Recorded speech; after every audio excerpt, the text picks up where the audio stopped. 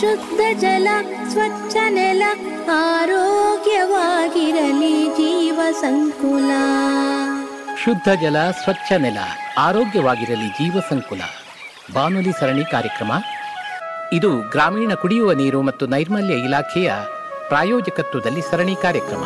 ಆರೋಗ್ಯವಾಗಿರಲಿ ಜೀವ ಸಂಕುಲ, ಆರೋಗ್ಯವಾಗಿರಲಿ ಜೀವ ಸಂಕುಲ.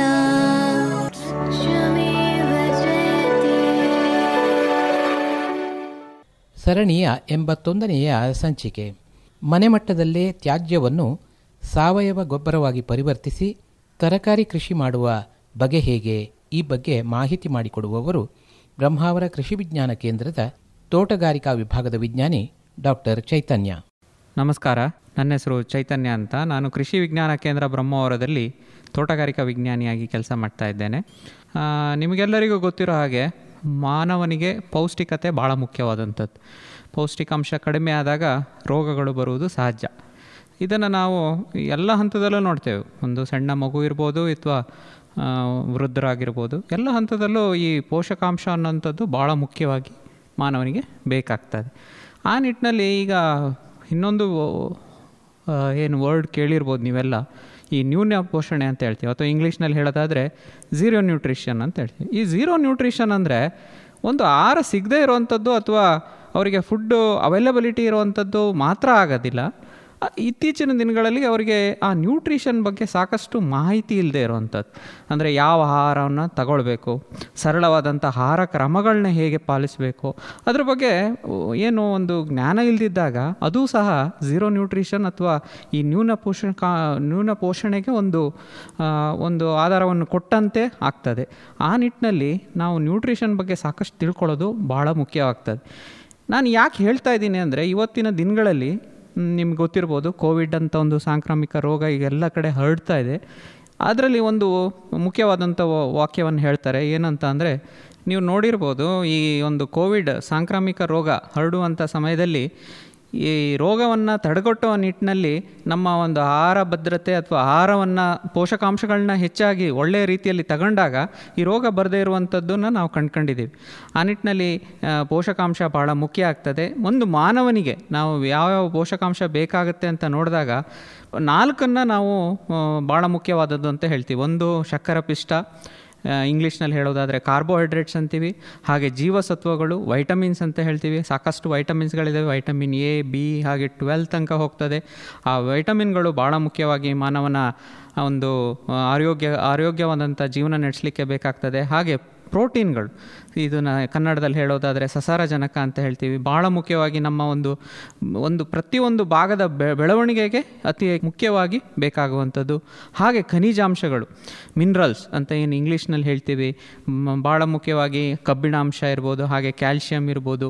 ಈ ಖನಿಜಾಂಶಗಳು ಸಹ ಸಾಕಷ್ಟು ನಮ್ಮ ದೇಹದ ಬೆಳವಣಿಗೆಗೆ ಹಾಗೂ ರೋಗವನ್ನು ತಡೆಗಟ್ಟಲಿಕ್ಕೆ ಸಾಕಷ್ಟು ಅವು ಶ್ರಮವನ್ನು ಪಡ್ತವೆ. ಅವು ಕೂಡ ಬೇಕಾಗುವಂಥದ್ದು. ಹಾಗಾಗಿ ನಾವು ಏನು ನೋಡ್ಕೊಳ್ಬೇಕು ಅಂತ ಅಂದರೆ, ನಮ್ಮ ಒಂದು ಆಹಾರದಲ್ಲಿ ಇವುಗಳು ಇದಾವೋ ಇಲ್ಲವೋ ಅಂತ ನೋಡಿಕೊಂಡ್ರೆ ಭಾಳ ಮುಖ್ಯವಾಗ್ತದೆ. ಹಾಗೆ ಈ ಏನು ನಾವು ತರಕಾರಿಯನ್ನು ನಾವು ಸೇವಿಸೋದನ್ನು ಏನು ಉಪಯೋಗ ಅಂತ ಅಂದರೆ, ಇದು ರಕ್ಷಣೆ ಕೊಡುವಂಥದ್ದು, ಅಥವಾ ಇದನ್ನು ನಾವು ಪ್ರೊಟೆಕ್ಟಿವ್ ಫುಡ್ಸ್ ಅಂತ ಇಂಗ್ಲೀಷಲ್ಲಿ ಹೇಳ್ತೀವಿ. ಅಂದರೆ ರಕ್ಷಣೆ ಅಂದರೆ ಯಾವುದು? ರಕ್ಷಣೆ ಅಂದರೆ ನಮಗೆ ಬೇಕಾಗಿರುವಂಥದ್ದು ರಕ್ಷಣೆ ಅಂದರೆ ಯಾವುದೋ ಒಂದು ರೋಗಾಣುಗಳು ನಮ್ಮ ದೇಹದೊಳಗೆ ಅದನ್ನು ಬರದೇ ಇದ್ದ ಹಾಗೆ ಅದನ್ನು ರಕ್ಷಣೆ ಕೊಡುವಂಥ ಕೆಲಸ ಈ ಏನು ತರಕಾರಿಯಿಂದ ಬರುವಂಥ ಈ ನಾನು ಏನು ಹೇಳಿದೆ, ಶರ್ಕರ ಪಿಷ್ಟ ಇರ್ಬೋದು, ಜೀವಸತ್ವಗಳಿರ್ಬೋದು. ಹಾಗೆ ಇತ್ತೀಚಿನ ದಿನಗಳಲ್ಲಿ ನಾವು ಇನ್ನೊಂದು ವರ್ಡನ್ನು ಭಾಳ ಪ್ರಮುಖವಾಗಿ ಕೇಳ್ತಾ ಇದ್ದೇವೆ. ಅದು ಯಾವುದು ಅಂತ ಅಂದರೆ ಆ್ಯಂಟಿ ಆಕ್ಸಿಡೆಂಟ್ಸ್ ಅಂತ ಹೇಳ್ತೇವೆ. ಈ ಆ್ಯಂಟಿ ಆಕ್ಸಿಡೆಂಟ್ಸ್ ಬಗ್ಗೆ ಒಂಚೂರು ಹೇಳಲೇಬೇಕಾಗ್ತದೆ. ಏನಂತ ಅಂದರೆ, ಇತ್ತೀಚಿನ ದಿನಗಳಲ್ಲಿ ಕ್ಯಾನ್ಸರ್ ರೋಗ ಬಂದು ಸಾಯುವಂಥವ್ರು ಹೆಚ್ಚೆಷ್ಟು ಜನ ನಾವು ಕಂಡುಕೊಳ್ತಾ ಇದ್ದೇವೆ. ಆ ನಿಟ್ಟಿನಲ್ಲಿ ಆ್ಯಂಟಿ ಆಕ್ಸಿಡೆಂಟ್ಸ್ನ ಕೆಲಸ ಏನಂತ ಅಂದರೆ, ಮುಖ್ಯವಾಗಿ ಈ ಫ್ರೀ ರ್ಯಾಡಿಕಲ್ಸ್ ಅಂತ ಏನು ಹೇಳ್ತೀವಿ, ಅಂದರೆ ಈ ಕಣಗಳಲ್ಲಿ ಸುಮ್ಮನೆ ಬೇಕಾಬಿಟ್ಟಿಯಾಗಿ ಓಡಾಡಿಕೊಂಡು ರೋಗವನ್ನು ತರಿಸುವಂಥ ಕಣಗಳೇನಿದೆ, ಫ್ರೀ ರ್ಯಾಡಿಕಲ್ಸ್ಗಳೇನಿದೆ, ಅದನ್ನು ಹಿಡಿದಿಟ್ಟು ಅದನ್ನು ನೀನು ಸುಮ್ಮನೆ ಕೂರಪ್ಪ, ನೀ ಯಾವುದೇ ಥರದ ತೊಂದರೆಯನ್ನು ಕೊಡಬೇಡ ಅನ್ನೋ ನಿಟ್ಟಿನಲ್ಲಿ ಕೆಲಸ ಮಾಡುವಂಥದ್ದು ಈ ಆ್ಯಂಟಿ ಆಕ್ಸಿಡೆಂಟ್ಸ್ಗಳು. ಸೊ ಇವೆಲ್ಲವೂ ಯಾವುದ್ರಲ್ಲಿ ಸಿಗ್ತವೆ ಅಂದರೆ, ನಾವು ಮುಖ್ಯವಾಗಿ ಇನ್ಯಾವುದೇ ನಮ್ಮ ಆಹಾರವನ್ನು ನೋಡಿದಾಗ ತರಕಾರಿ ಆಗಿರ್ಬೋದು, ಹಣ್ಣು ಹಂಪಲುಗಳಾಗಿರ್ಬೋದು, ಇದರಲ್ಲಿ ನಾವು ಯಥೇಚ್ಛವಾಗಿ, ಅದರಲ್ಲೂ ಇತ್ತೀಚಿನ ದಿನಗಳಲ್ಲಿ ದಿನಗಳಲ್ಲಿ ನೀವು ವಾಟ್ಸಪ್ಪು ಅಥವಾ ಫೇಸ್ಬುಕ್ಕಲ್ಲಿ ನೋಡಿರ್ಬೋದು.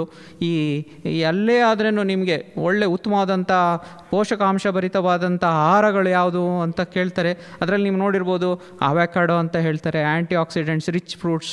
ಅದೇ ರೀತಿ ಡ್ರ್ಯಾಗನ್ ಫ್ರೂಟ್ ಆ್ಯಂಟಿ ಆಕ್ಸಿಡೆಂಟ್ಸ್ ರಿಚ್ ಫ್ರೂಟ್ಸ್ ಅಂತ ಹೇಳ್ತಾರೆ. ಅದೇ ರೀತಿ ಈ ವಿಟಮಿನ್ ಸಿ ಇರುವಂಥದ್ದು ನಿಂಬೆ ಇರ್ಬೋದು. ಅದನ್ನೆಲ್ಲ ನಿಮ್ಮಲ್ಲಿ ಹೇಳೋದು ನಾವು ಕಂಡುಕೊಂಡಿದ್ದೇವೆ. ಆದರೆ ನಾವು ಅದನ್ನು ಪಾಲಿಸಬೇಕಾದ್ರೆ ನಮಗೆ ಯಾವುದು ಮುಖ್ಯವಾಗಿ ಬೇಕಾಗಿರುತ್ತೋ ಅದನ್ನು ನಾವು ನೋಡಿ ಅದನ್ನು ಮನಗಂಡು ನಾವು ಅದನ್ನು ಬಳಸುವಂಥದ್ದು ಭಾಳ ಮುಖ್ಯವಾಗುತ್ತೆ. ಹಾಗೆ ಯಾವುದೇ ಹಣ್ಣನ್ನು ನಾವು ಬಳಸೋದಾದರೆ ಅದು ನಮ್ಮ ಒಂದು ಸ್ಥಳೀಯ ಹಣ್ಣುಗಳಿಗೆ ಹೆಚ್ಚು ಪ್ರಾಮುಖ್ಯತೆಯನ್ನು ಕೊಡುವಂಥದ್ದು ಭಾಳ ಮುಖ್ಯವಾಗ್ತದೆ. ಈ ನಿಟ್ಟಿನಲ್ಲಿ ನಾವು ಯಾವ ರೀತಿ ಮುಂದುವರಿಬೋದು ಅಂದರೆ, ಈಗ ನಾನು ಒಂದು ಪೀಠಿಗೆ ಹೇಳಿದೆ, ಮುಖ್ಯವಾಗಿ ಆ ಪೋಷಕಾಂಶಗಳನ್ನು ನಮಗೆ ಒದಗಿಸುವಂಥ ತರಕಾರಿಗಳು ಎಷ್ಟು ಪ್ರಾಮುಖ್ಯ ಅನ್ನೋದನ್ನು ಹೇಳಿದೆ.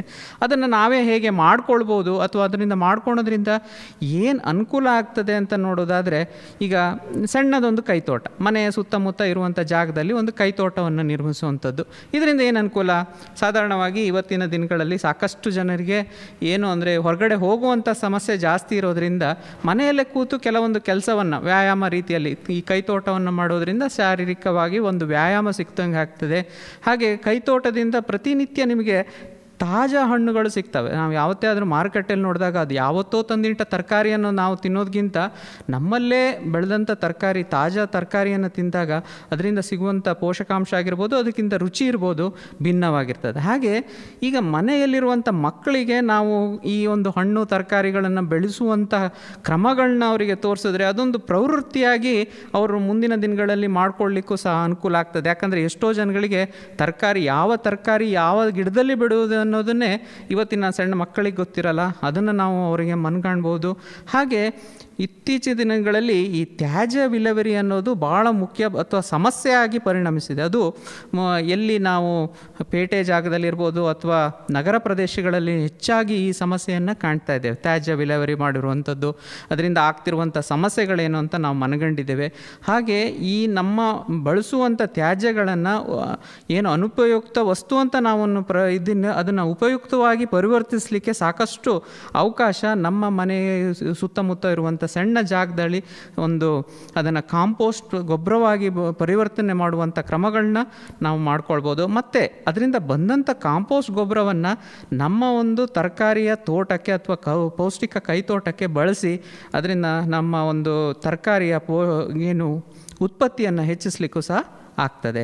ಹಾಗೆ ನಮಗೆ ಬೇಕಾದ ಸಮಯದಲ್ಲಿ ನಾವು ಕೊಯ್ಲು ಮಾಡ್ಬೋದು. ಇತ್ತೀಚಿನ ದಿನಗಳಲ್ಲಿ ನಾವು ನೋಡ್ಬೋದು, ಹಬ್ಬ ಹರಿದಿನಗಳಲ್ಲಿ ತರಕಾರಿಯ ರೇಟ್ ಏನಿರುತ್ತೆ ಅದು ಸಾಕಷ್ಟು ಏರಿಕೆ ಆಗಿರ್ತದೆ. ಅಂಥ ಸಮಯದಲ್ಲಿ ನಾವೇ ಬೆಳೆದಂಥ ತರಕಾರಿಯನ್ನು ನಾವು ಆ ಸಮಯದಲ್ಲಿ ಬೆಳೆಸ್ಕೊಂಡಾಗ ನಮಗೆ ಸ್ವಲ್ಪ ಲಾಭ ಕೂಡ ಆಗ್ತದೆ ಅನ್ನೋದನ್ನು ಈ ಒಂದು ಕೈತೋಟದಿಂದ ಆಗುವ ಅನುಕೂಲತೆಗಳಲ್ಲಿ ನಾನು ಹೇಳಲಿಕ್ಕೆ ಇಷ್ಟಪಡ್ತೇನೆ. ಹಾಗೆ ಈಗ ನಾವು ಇದರ ಅನುಕೂಲ ನೋಡಿದ್ವಿ. ಮುಂದುವರೆದು ಈಗ ಮಾಡುವುದು ಅಂತ ಬಂದಾಗ ಎಲ್ಲಿ ಜಾಗ ಆಯ್ಕೆ ಮಾಡಬೇಕಾಗ್ತದೆ, ಸೂಕ್ತವಾದಂಥ ಜಾಗ ನಮ್ಮ ಮನೆಯ ಸುತ್ತಮುತ್ತ ಇರುವಂಥದ್ದು. ಈ ಉಡುಪಿ ಮತ್ತು ದಕ್ಷಿಣ ಕನ್ನಡ ಜಿಲ್ಲೆಗಳಲ್ಲಿ ಸಮಸ್ಯೆ ಏನು ಅಂತಂದರೆ, ನಾವು ಯಾವುದೇ ಒಂದು ನಗರ ಪ್ರದೇಶ ಇರ್ಬೋದು ಅಥವಾ ಗ್ರಾಮೀಣ ಪ್ರದೇಶ ಇರ್ಬೋದು, ಮನೆಯ ಸುತ್ತಮುತ್ತ ತೆಂಗಿನ ಮರಗಳನ್ನ ಹಾಕಿರ್ತೇವೆ. ಆ ತೆಂಗಿನ ಮರಗಳಿಂದ ಸಾಕಷ್ಟು ತೊಂದರೆ ಏನಾಗ್ತದೆ ಅಂದರೆ ಬೇರುಗಳ ಬೆಳವಣಿಗೆ ಇರ್ಬೋದು, ಅದರಿಂದ ಬೇರುಗಳಿಂದ ಆಗುವಂಥ ತೊಂದರೆಗಳು ಸಾಕಷ್ಟು ಆಗ್ತದೆ. ಹಾಗಾಗಿ ನಾವು ಎಲ್ಲೇ ಒಂದು ಗಿಡ ನೆಡಬೇಕಾದ್ರೆ ಬೇಕಾಗುವಂಥ ಮಣ್ಣು ಸಿಗದೇ ಇರುವಂಥ ಅವಕಾಶಗಳು ಇಲ್ಲಿ ಅಥವಾ ಮತ್ತು ಮುಖ್ಯವಾಗಿ ಬಿಸಿಲು, ಸಾಕಷ್ಟು ಬಿಸಿಲು ಬೇಕು. ನಾವು ಯಾವುದೇ ಒಂದು ಗಿಡ ಬೆಳೆಸಬೇಕಾದ್ರೆ ಅದರ ಒಂದು ದ್ವಿತೀಯ ಸಂಶ್ಲೇಷಣೆ ಕ್ರಿಯೆಗೆ ಬಿಸಿಲಿನ ಅವಶ್ಯಕತೆ ಜಾಸ್ತಿ ಇರುತ್ತೆ. ಅದು ಈ ಒಂದು ತೆಂಗಿನ ಮರದ ನೆರಳಿನಲ್ಲಿರೋದ್ರಿಂದ ಅದರ ಅವಶ್ಯಕತೆ ನಾವು ಕಂಡ್ಕೊಳಕ್ಕೆ ಇದೊಂದು ಸಮಸ್ಯೆ ನಾವು ಈ ಭಾಗದಲ್ಲಿ ಹೆಚ್ಚಾಗಿ ಕಾಣ್ತೇವೆ.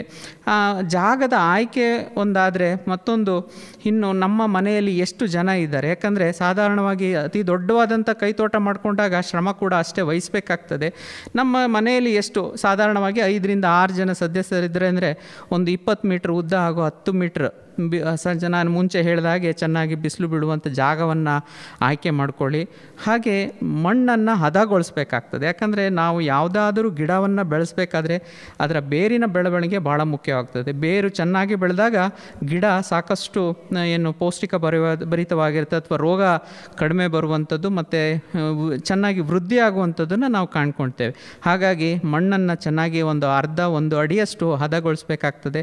ಆಮೇಲೆ ಸಾಕಷ್ಟು ಈ ಕಾಂಪೋಸ್ಟ್ ಗೊಬ್ಬರವನ್ನು ಮಣ್ಣಿಗೆ ಸೇರಿಸಬೇಕಾಗ್ತದೆ. ಹಾಗೆಯೇ ಈಗ ಮಳೆಗಾಲದ ಸಮಯದಲ್ಲಿ ನೀರು ನಿಲ್ಲದಿದ್ದ ಹಾಗೆ ಅದನ್ನು ನೋಡ್ಕೊಳ್ಳೋದು ಭಾಳ ಮುಖ್ಯ. ಯಾಕಂದರೆ ಯಾವುದಾದ್ರೂ ಒಂದು ಗಿಡಕ್ಕೆ ಅದರ ಬುಡದಲ್ಲಿ ನೀರು ನಿಂತಾಗ ನಾವು ಸಾಧಾರಣವಾಗಿ ಎಲೆ ಹಳದಿ ಆಗುವಂಥ ಲಕ್ಷಣಗಳನ್ನ ಕಾಣ್ತೇವೆ. ಇದು ರೋಗ ಬಂದದ್ದು ಎಲೆಗಳಿಗಲ್ಲ, ಬೇರಿಗೆ ಬಂದಂಥ ರೋಗದಿಂದ ಎಲೆಗಳು ಹಳದಿ ಆಗಿರುವಂಥದ್ದು ನಾವು ಕಾಣ್ಕೊಳ್ತೇವೆ. ಹಾಗಾಗಿ ನೀರು ಚೆನ್ನಾಗಿ ಬಸಿದು ಹೋಗುವಂಥ ಜಾಗವನ್ನು ಆಯ್ಕೆ ಮಾಡಿಕೊಳ್ಳೋದು ಬಹಳ ಸೂಕ್ತ. ಹಾಗೆ ಅದಕ್ಕೆ ಸಾಧಾರಣವಾಗಿ ಬೇಸಿಗೆಗಾಲದಲ್ಲಾದರೆ ನಾವು ನೀರಿನ ಕಾಲುವೆಗಳನ್ನು ಮಾಡ್ಕೊಳ್ಬೇಕಾಗ್ತದೆ.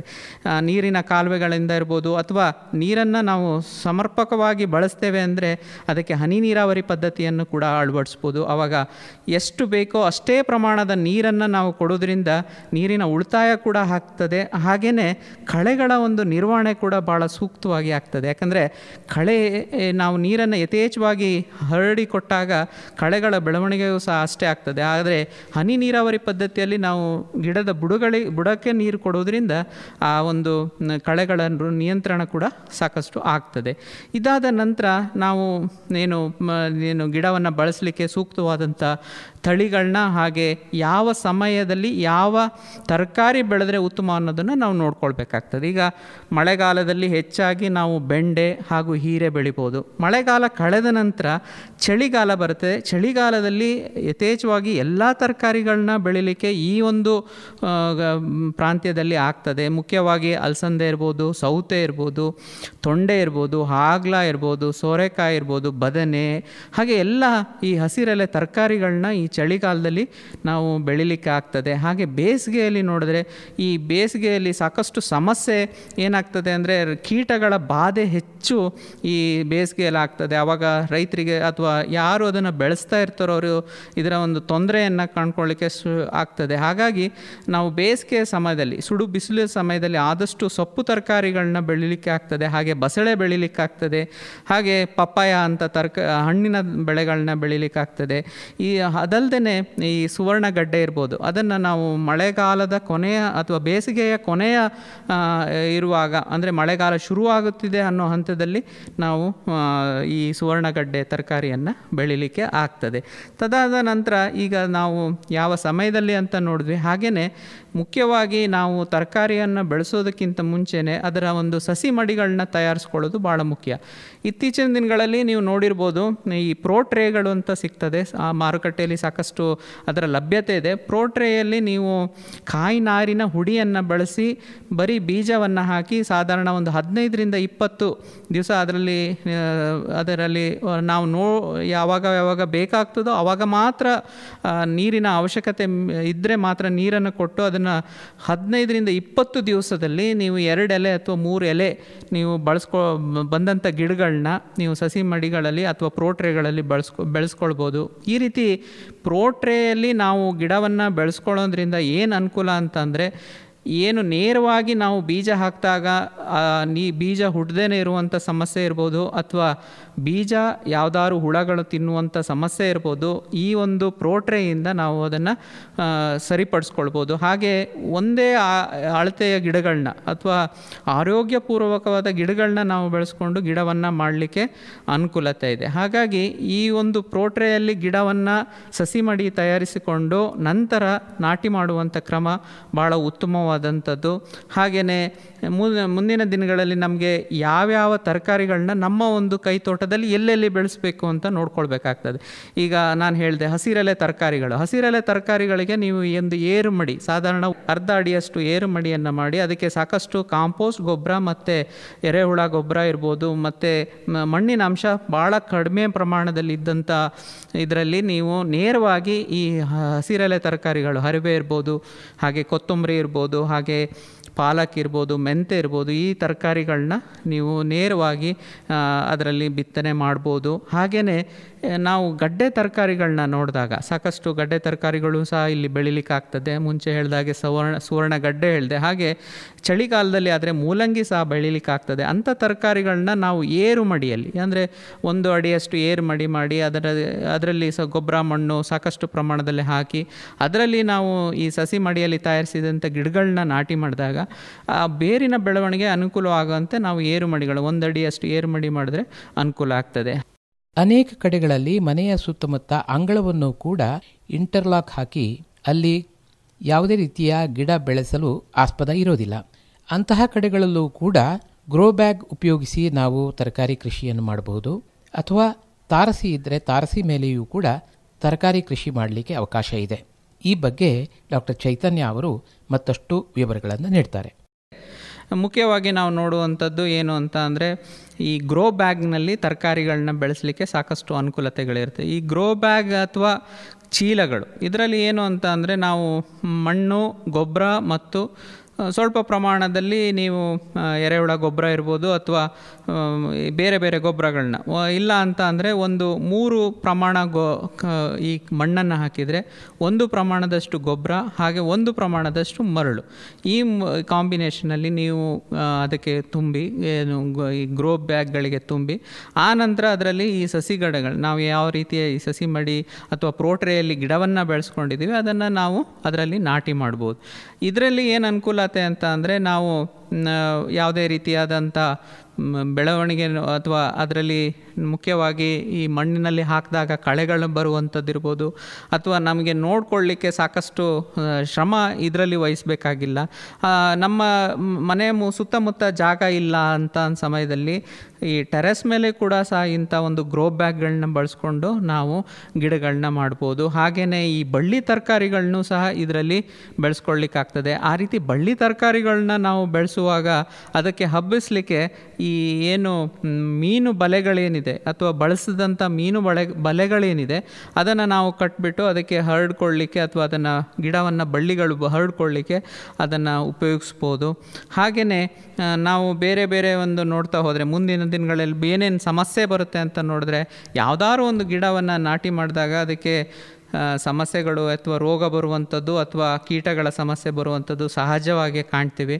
ಈ ಕೀಟದ ಸಮಸ್ಯೆ ಬಂದಾಗ ಅಥವಾ ಕೀಟಗಳ ಸಮಸ್ಯೆ ಬಂದಾಗ ಇದನ್ನು ಆದಷ್ಟು ನಾವು ಸಾವಯವ ರೀತಿಯಲ್ಲೇ ಅದನ್ನು ನಿರ್ವಹಣೆ ಮಾಡುವಂಥದ್ದು ಭಾಳ ಮುಖ್ಯ. ಯಾಕಂತಂದರೆ ನಾವು ಯಾವ್ದಾದ್ರು ಇದಕ್ಕೆ ಕೀಟನಾಶಕ ಬಳಸಿದಾದರೆ ಆ ಕೀಟನಾಶಕಗಳು ಮತ್ತೆ ನಮ್ಮ ದೇಹವನ್ನು ಸೇರುವಂಥ ಸಾಧ್ಯತೆ ಹೆಚ್ಚಿರ್ತದೆ.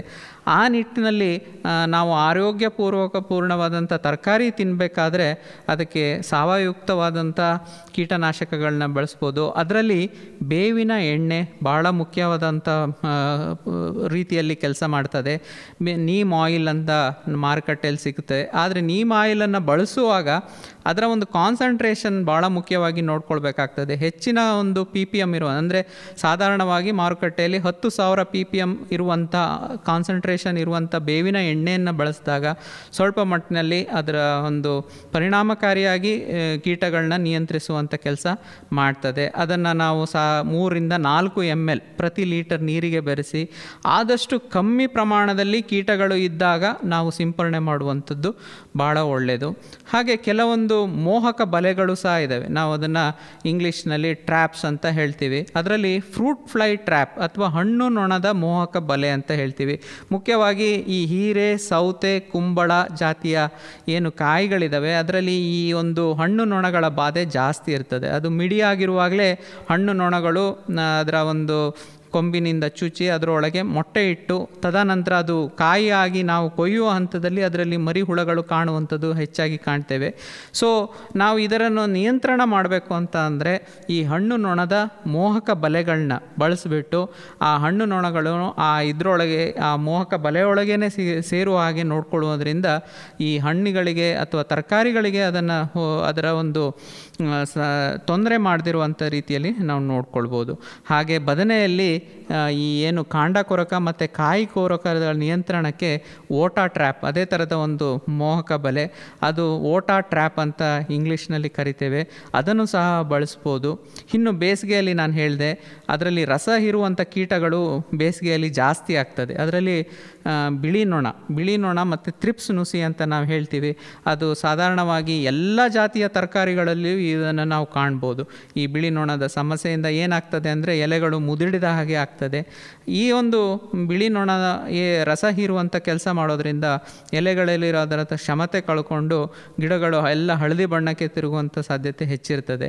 ಅದಕ್ಕೋಸ್ಕರ ನಾವು ಹಳದಿ ಅಂಟಿನ ಬಲೆಗಳನ್ನ ಬಳಸ್ಬೋದು. ಸಾಧಾರಣವಾಗಿ ಇದು ಒಂದಡಿ ಅಷ್ಟು ಅಗಲದ ಶೀಟ್, ಹಳದಿ ಬಣ್ಣದ ಶೀಟ್ ಇರುತ್ತೆ, ಪ್ಲಾಸ್ಟಿಕ್ ಶೀಟನ್ನು ಬಳಸಿ ಅದಕ್ಕೆ ಅಂಟು ಹಚ್ಚುವಂಥದ್ದು. ನಾವು ಸಾಧಾರಣವಾಗಿ ಈ ವೇಸ್ಟ್ ಗ್ರೀಸನ್ನು ಹಳದಿ ಬಣ್ಣವೇ ಇರಬೇಕಾಗ್ತದೆ. ಯಾಕಂದರೆ ಹಳದಿ ಬಣ್ಣಕ್ಕೆ ಈ ಬಿಳಿ ನೊಣಗಳು ಆಕರ್ಷಿತವಾಗ್ತದೆ.